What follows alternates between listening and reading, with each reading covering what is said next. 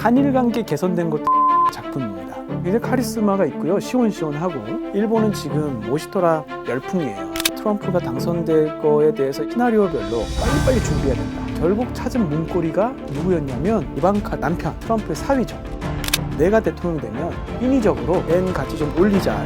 이건 미국의 제조업이 다 망하는 길이다. 엔저 좌시하지 않겠다. 트럼프기 때문에 그럴지도 하는 거죠. 들을수록 똑똑해지는 지식 뉴스! 일본은 지금 모시토라 열풍이에요. 모시가 이프입니다. 이프. 만약에 토라가 트럼프의 일본식 발음이거든요. 그러니까 모시토라는 만약에 트럼프가 대통령이 된다면 이 뜻입니다. 그러니까 트럼프가 대통령이 되면 어떻게 해야 되지? 라는 거를 대비하기 위한 여러 토론과 정책들이 지금 이루어지고 있는데 트럼프가 당선될 거에 대해서 여러 가지 시나리오를 쓰는 이유가 리스크가 크기 때문에 일본에서는 이제 트럼프 리스크라는 게 실제로 뉴스도 많이 되고 있고 논의도 많이 하고 있는 상황입니다. 안녕하세요. 한국에 대해서 일본 경제를 가르치고 또 연구하고 있는 이창민이라고 합니다. 한국도 그렇고 일본도 그렇고 많은 기업들이 지금 미국에 보조금도 받고 이러면서 전기차 배터리 공장이나 뭐 반도체 공장 짓고 있잖아요. 만약에 트럼프가 대통령이 되면 이런 흐름 자체의 동력이 떨어질 수도 있고 또 우리도 그렇고 미국에 물건 많이 팔고 있거든요. 수출 많이 하고 있잖아요. 트럼프가 대통령 되면 분명히 청구서를 제시할 겁니다. 이렇게 수출을 많이 한다고 하면서 뭔가 조정해야 될 것 같아라고. 그래서 일본에서는 미리미리 지금 대처를 해야 된다고 그래서 분석도 정말 많이 하고 있고요.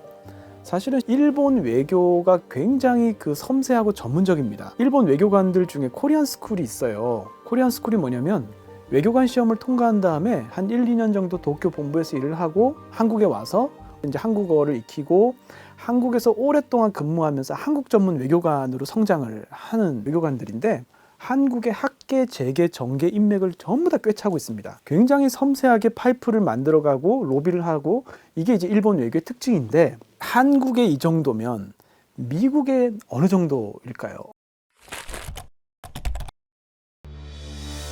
미국에 대해서 그 파이프를 만들고 로비를 하고 하는 일본 외교관들의 활동은 정말 대단하거든요. 이런 일본의 외교가 굉장히 당황했던 적이 있어요. 엄청나게 당황했던 적이 언제냐면 2016년 미국 대선을 보고 왜냐하면 힐러리 클린턴이 될 거라고 거기에 전부 다 기대를 하고 있었는데 예상치 못하게 트럼프가 대통령 되면서 야 빨리 트럼프랑 연락할 수 있는 인맥을 뒤져라. 없는 거예요. 그래서 뭐 난리가 났는데 결국 찾은 문고리가 누구였냐면 트럼프의 장녀가 이방카잖아요. 남편, 그러니까 트럼프의 사위죠. 쿠슈너. 쿠슈너 가문은 미국의 유명한 부동산 재벌 집안이거든요. 일본이 80년대 미국에 부동산 투자 많이 했잖아요. 일본 재계랑 파이프가 굉장히 두껍습니다. 쿠슈너 가문하고. 그래서 트럼프가 당선되자마자 그 쿠슈너를 통해서 연락을 해서 당시 아베 총리가 미국으로 날아가서 트럼프랑 회담을 합니다.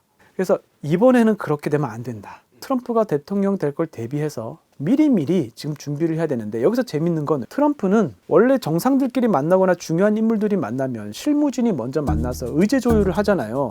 이런 거 별로 안 좋아해요. 오너끼리 만나서 단판 짓는 거 좋아합니다. 김정은 트럼프 만난 거 기억하시죠? 그런 거 좋아하거든요. 그림이 돼야 돼. 그림이 될 만한 사람. 그리고 당당하고 쫄지 않는 좀 거만하고 건방진 사람을 트럼프는 호감을 느껴요. 그렇다고 일본에서는 알고 있어요. 근데 일본 사람들 어떤지 아시죠? 막 하이 도모 스미마세 이렇게 하잖아요. 그러면 일본 사람들도 알아요. 이렇게 하면 트럼프가 얕잡아 본다. 일본 정치인 중에서 가장 일본인답지 않은 사람을 찾아라. 태도가 큰 사람, 좀 건방지면서 자신감 가득한 사람 누가 있냐? 누가 생각해도 아소밖에 없죠. 왜? 아소는요. 아소 탕광이라고 하는 재벌 가문 아들이거든요. 이 사람 다이아몬드 수저예요. 어릴 때부터 자기 하고 싶은 거 다 하고 산 사람입니다. 안 해본 게 없습니다. 비즈니스도 했고요. 정치인으로서 총리도 경험을 했고 심지어 몬트리올 올림픽의 사격 선수로 출전까지 했어요. 굉장히 자신감에 차 있고 건방지고 말도 함부로 하고 실언도 많이 합니다. 俺たちから見てても、はあ、このおばさんやるねえと思いながら、少なくともそんなに美しい方とは言わんけれども。 그래서 아소를 좋아하지 않는 사람도 많은데 중요한 건 그런 것 따위 신경 쓰지 않아요. 굉장히 카리스마가 있고요. 시원시원하고 이거 이제 저만 아는 이야기인데 한일 관계 개선된 것도 이 아소의 작품입니다. 대통령 선거 끝나고 윤석열 대통령이 좀 일본하고 관계 개선하고 싶다고 몇 번 이렇게 의사표시를 했는데 일본에서 이 진위를 알 수 없으니까 처음에 무시를 했어요. 모르겠다. 진심인지 아닌지 어떻게 하냐. 그랬는데 몇 번 이제 이야기를 이렇게 전하니까 그러면 우리가 직접 가서 한번 만나봐야 되겠다라고 해서 아소가 한국에 왔습니다. 그때 이제 아이보시 대사였는데 아이보시 대사가 이제 윤석열 대통령을 만나면은 이런 실언을 하시면 안 된다 뭐 이렇게 하니까 야 다 됐고 이제 내가 알아서 할게. 그 이름이 뭐라고? 그래서 오케이 이렇게 이제 했어요. 그래서 윤석열 대통령을 만나서 얘기를 해보니까 진심이다라고 해서 이제 진행이 됐다라는 게 이제 외교 비화죠. 이제 아소 같이 베테랑이면서 굉장히 당당하고 일본인답지 않은 그런 사람이 이제 트럼프를 만나러 간 겁니다. 사실은 기시다 총리는 바이든 대통령 만나러 갔어요. 日本はグローバルなパートナーとして米国の友人と手を携え 2주 뒤에 아소가 트럼프 만나러 갔거든요. 말하자면 양다리 전략이죠. We'll be talking about Japan and the United States right now and lots of other things also. But highly respected. It's a great honor to have him. 아소 전 총리와 트럼프는 회동 때 어떤 이야기를 주로 했나요? 네, 이게 트럼프도 전직 대통령이고 아소도 전직 총리잖아요. 회담이 끝나고 기자회견을 할 의무가 없습니다. 사실은 회담 내용이 중요한 게 아니고 이 회담 자체가 중요한 거거든요. 이 회담이 어떤 의미가 있냐면 일단 첫 번째는 아베의 유산을 활용한다는 의미가 굉장히 큽니다. 아베 신조 총리가 트럼프랑 되게 친했어요. 브로맨스 유명했죠. 그래서 이제 골프 회동할 때 아베가 막 뒤로 이렇게 넘어지면서 헐리우드 액션하고 트럼프가 좋아하고 둘이 이제 셀카 찍고 뭐 이래서 사석에서도 굉장히 친했고요. 아소 전 총리하고 트럼프가 만나서 이야기하는 거를 보니까 트럼프가 계속 아베 얘기를 하더라고요. 그런데 아베라고 하지 않고 신조 이렇게 얘기를 해요. 그러니까 성을 부르지 않고 이름을 부릅니다. 그 정도로 아베에 대해서 굉장히 친근감을 트럼프가 가지고 있고 이 두 사람은 외교 노선도 굉장히 합치하는 부분이 많습니다. 아소가 가기 전에 이런 얘기를 했습니다. 누구보다 이 나라에서 아베 외교를 잘하는 사람은 나밖에 없다. 내가 가야 된다. 그래서 트럼프도 아소가 왔다는 걸 보고 일본이 여전히 아베의 그 외교 노선을 견지하고 있고 이거는 내가 대통령이 되더라도 일본과의 관계에는 큰 변화가 없겠구나. 그게 이제 큰 역할을 했고요. 두 번째는 아까도 말씀드렸지만 빨리 트럼프가 대통령 될 걸 대비해서 그 주변에 참모진들이 누군지 빨리 파악해야 되고 파이프를 만들어야 되는데 그게 지금 잘 안 보여요. 6인회라고 있습니다. 특획관이라고 6명이 있는데 이 사람들이 베일에 쌓여 있었는데 워싱턴 출신들이 아니에요. 무슨 말이냐면 6명이 굉장히 이력이 독특하고요. 트럼프한테 굉장히 충성을 다하는 예스맨들로 구성이 됐는데 일본에 이 사람들하고 연결고리가 없어서 파이프를 만들고 하기 위해서 이제 이번 아소가 방문을 한 거고 실제로 지금 워싱턴에 있는 일본 외교관들은 로비 회사 3개를 더 이제 추가해가지고 굉장히 물밑에서 적극적으로 움직이고 있습니다. 재밌는 게 아소가 트럼프를 만나러 간 당일에 트럼프가 소셜미디어에 글을 올렸어요. 달러 가치가 지금 엔화 대비해서 34년 만에 최고점 찍었는데 이 스투피드 피플이 엔화 싸졌다고 좋아하는데 이거 좋아할 게 아니다. 이거 미국의 제조업이 다 망하는 길이다. 내가 대통령 되면 이거 다 이제 청구서 일본한테 낼 거야. 그러니까 한 손으로는 악수하면서 한 손으로는 총을 들고 있는 일본의 아소를 만나면서 엔저 좌시하지 않겠다라고 지금 트럼프가 얘기하고 있는 건데 이게 첫 번째는 이제 바이든 때리기입니다. 트럼프가 지금 바이든이 가지고 있는 리스크가 A, B, C, D 리스크로 얘기를 하거든요. A는 뭐냐면 에이지, 나이가 너무 많다. Well, I took 2 tests, cognitive tests. I aced them, both of them, as you know. We made it public. He took none. I'd like to see him take one, just one, a real easy one. And I'm in very good health. I just won 2 club championships, not even senior, 2 regular club championships. To do that, you have to be quite smart, and you have to be able to hit the ball a long way. And I do it. He doesn't do it. He can't hit a ball 50 yards. He challenged me to a golf match. He can't hit a ball 50 yards. And by the way, I told you before, I'm happy to play golf if you carry your own bag. B는 이제 바이드노믹스. 경제정책 다 실패했다. 금리를 5.5%씩이나 올렸는데 물가 못 잡고 있고 강달러 이대로 놔두면 미국 제조업 다 망한다. He created mandates that was a disaster for our country, but he has not done a good job. He's done a poor job, and inflation's killing our country.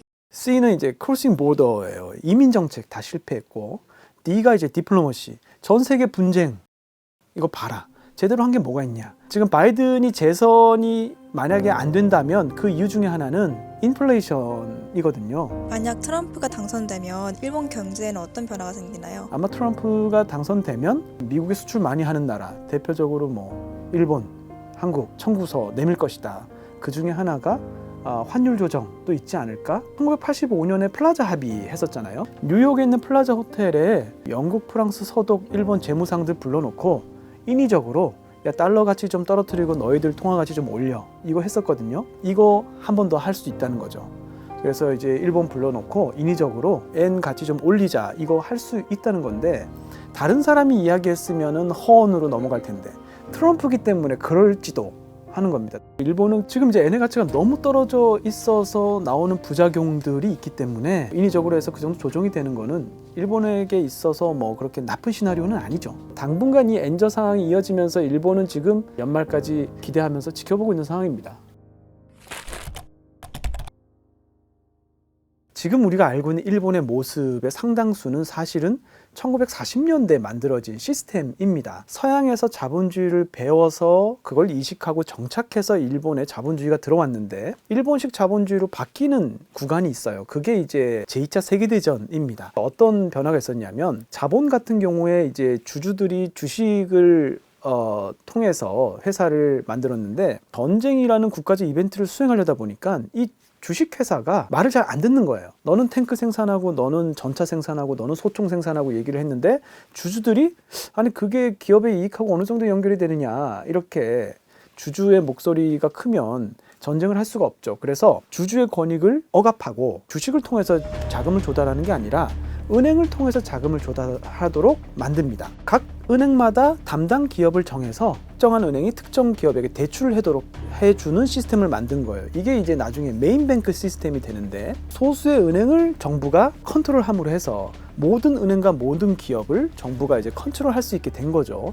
그렇게 해서 통제적인 금융 시스템을 만들고, 노동도 마찬가지인 게 노동자들의 이동을 먼저 금지시켜요. 노동자들이 왜 이동하나 보니까 저쪽 기업이 돈 더 주니까 간단 말이죠. 그래서 기업들 임금 이상을 못하도록 억제합니다. 모든 기업이 1년에 딱 한 번 정기 승급만 하도록 허용해요. 이게 호봉이죠, 호봉. 1년에 딱 한 번 임금이 올라가는 거예요. 그렇게 해서 전쟁을 준비하는 과정에서 이런 통제적인 금융 시스템과 일본형 고용 관행이 생기는 거예요. 이게 나중에 고도 성장기에 물건 만들어서 외국에 수출하는 이 시스템이랑 너무 찰떡같이 잘 맞아 떨어지면서 이게 일본의 고도 성장에 도움을 줍니다. 그런데 98년 무렵부터 리스토라라는 게 생깁니다. 리스토라가 뭐냐면 리스트럭처라고 정리해고입니다.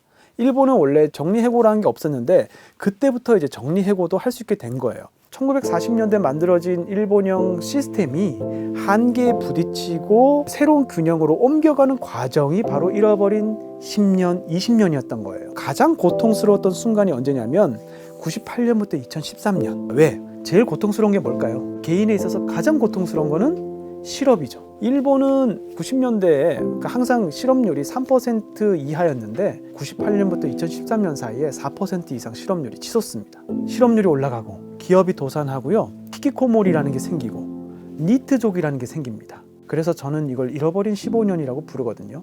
앞으로 일본 경제는 살아날 수 있다고 보시는지. 일단 지금 최근에 일본 경제가 좋아지고 있는 거는 사실이죠. 이걸 부인하는 사람은 아무도 없습니다. 지금 일본이 2019년 수준을 회복한 게 2023년이거든요. 그래서 4년 걸려서 회복을 했다.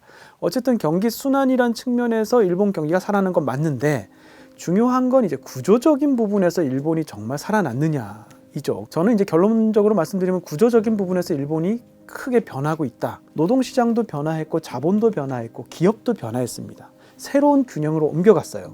물론 이게 일본이 저출산 고령화 문제도 심각하고 사회보장 비용이 늘어나면서 일본 정부의 부채 문제도 심각하고 잠재 성장률 떨어지고 하기 때문에 80년대 후반 같은 전성기 시절로 다시 돌아갈 것이라는 뜻은 아니고요. 새로운 시대에 지금 일본이 됐고 그런 의미에서 잃어버린 30년은 끝났다. 저는 이제 이렇게 이야기를 하는 거죠. 내년이 되면 한일 국교 정상화 60주년이거든요. 근데 인간으로 치면은 이제 환갑, 굉장히 오랜 시간 한국과 일본 관계가 이제 시간이 흘렀는데 일본이 조금이라도 성공한 듯이 보이는 거는 우리가 테스트 삼아서 한번 해볼 수 있는 거고요. 굉장히 좋은 교과서가 옆 나라 있기 때문에 배울 건 배우고 배우지 말아야 될 거는 굳이 지뢰를 밟을 필요는 없고요. 그래서 일본과 앞으로 60년 더 좋은 경쟁자이자 이웃으로 그런 관계를 만들어 갔으면 하는 바람입니다. 오늘 교양일을 부탁해는 여기까지입니다. 감사합니다. 감사합니다.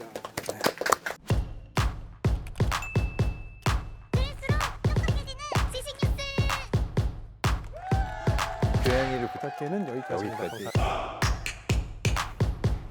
다이어트도 칼로리 신경 쓰지 말고 드세요. 대신에 키토식을 해보세요. 이게 깍종원. 스브스 프리미엄 지금 다운로드하세요.